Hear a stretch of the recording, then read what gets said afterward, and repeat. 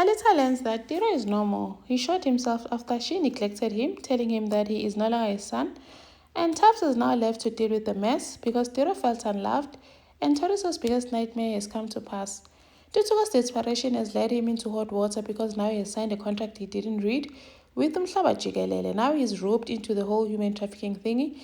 Matubela he refused to help Gasa get Giriboni back. And Mamsi pays back Matubela her 50k she stole. Hi, welcome to my channel. Here's an update on Scandal. So the team is busy. Womdala Taps, they found out from the footage that Tiro is the one that has been tailing Victor's car and all that.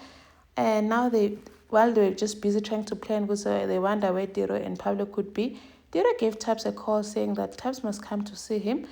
And he must come alone. No Mdala, no cops. He must come alone so they can talk because he's got something that he wants to get off his chest.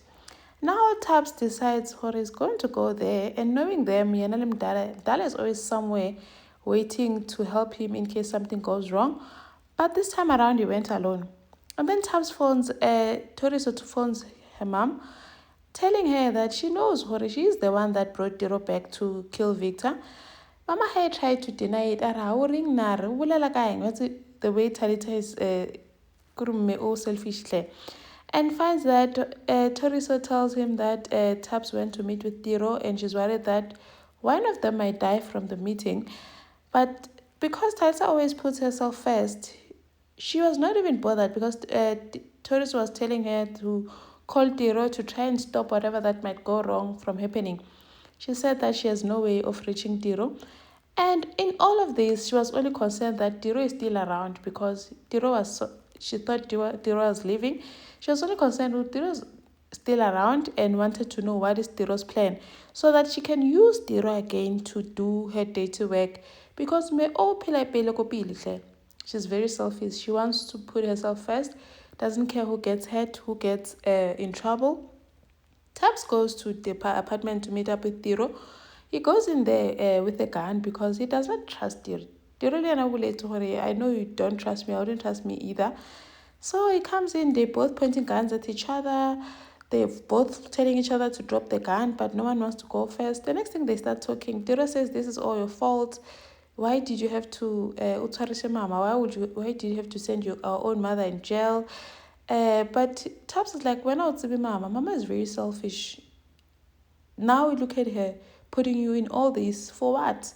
She puts herself first. She doesn't love you, and you think she loves you. She doesn't love you at all. Now the whole thing just starts coming back because Talita just told Tiro that if he doesn't help her get out of prison, then he is no longer her son. So now it's all coming back when Taps tells him that Talita puts herself first always.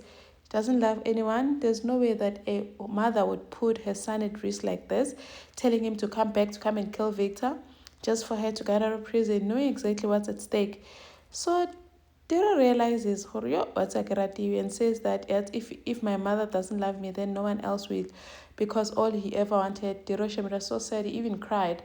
Like, it's just sad to see this part of Tiro because Tiro is always tough and all that. He said all he ever wanted was to be loved by this family, and then when he found out that he's not Talita and Kgopulo's son, that broke him. I mean, to find out that he is Mzwandile Makeba, umntana ka Miriam, umntana ka Nosebi Day, that really broke him. And then now for Talita to tell him that if he doesn't do this for her, then he is no longer her son, like that really broke her. And he said that told Toriso that I love her, she'll always be my sister, and Pops that I love her, and put the gun on his head and shot himself. Shampoo Taps had to scream, no, Tiro, no. Because Taps was like, come, hand yourself to the police, don't do this. Mama, selfish. You can start over, I'm here as your brother. But Tiro was not willing to go to prison. He said he just can't do it. And then Taps went to break the news to Talita, telling her that Tiro is normal. Talita at first was like, no, it's not happening. Talita could not believe it, and it's your fault. I want you to know that you killed him. You pulled the trigger, because if it wasn't for you, Tiro would still be alive. Now Taps is left with the mess to explain to Wokohen what happened. And then, in desperation he went and spoke to Mr. Malaza, saying that he wants to be his administrative assistant and help out who serve ama CVs, see who qualifies, see who doesn't, so that those who come to him already qualify. What did Ntutuko get himself into? Mr. Malaza was impressed because, as we saw an opportunity in Toolkit, I'm very impressed, but I've got a different position for you. Come tomorrow, we'll speak tomorrow. When Ntutuko comes, he gives him well, Ntutuko went to talk to Mdala first, that he got a job. He got a job with Mr. Malaza and he would like to pursue it. Shifts. Mdala was like, no, it's fine, because he did say that he's expecting a baby, so he needs the extra cash and all that. Mdala was like, no, that's fine. And he was so happy because at least he can have 2 jobs now. He'll be able to save more money for his unborn baby. So now, kanti Ntutuko thanking in Shemi phones Kgalele to say, oh, I'm so happy I got this job, blah, blah, blah. Kgalele is happy for him. But Kgalele is going through the most because the whole Victor thing, she's cooped up, go level up apartments and cannot go anywhere because of the whole Victor thing, wanting to get, almost getting killed. And then Ntutuko goes to sue Mr. Malaza. Mr. Malaza gives him a contract that says he's going to be a recruiter. He's going to book flights and accommodation for Ujabulile. And Ntutuko is excited. The next thing, Mr. Malaza spills coffee on that thing, on the contract, and goes to get a different one. Apparently, the salary is also exciting, and Ntutuko is happy.